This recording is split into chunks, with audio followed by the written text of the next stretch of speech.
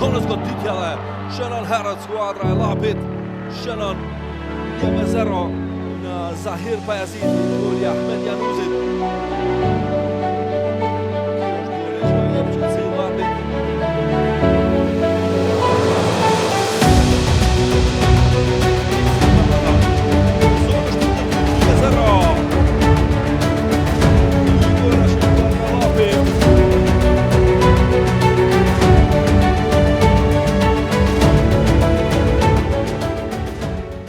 Ky vit, domethënë, është shumë dëshpërues për ne, sepse kemi pas ambicie të cilat dihen edhe për luftimin për titull, por edhe deri në ndeshjen e fundit kemi qenë për kupë kundër Prishtinës. Nuk ka qenë vit i mirë, janë kanë shumë faktorë që janë ardhur deri këtu, por sido që të jetë, jemi në këtë pikë ku jemi, tash e kemi barazhin lojën e fundit, të cilën do të ndeshme me Vushtrrin. Duhet aty me dhonë më të mirën për këtë fanellë dhe mos me lanë me ra nga kategoria.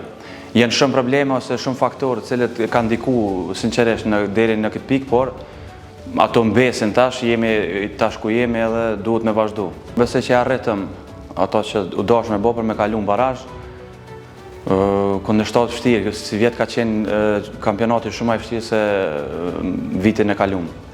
Ka pas kundërshtar që kanë bërë shumë probleme edhe vendeve të fundit, siç shihet, domethënë Llapi që su para pas një herë me shku në fund të tabelës, por kjo është futbolli.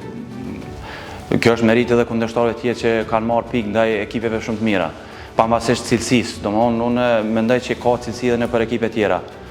Edhe është fakt kjo.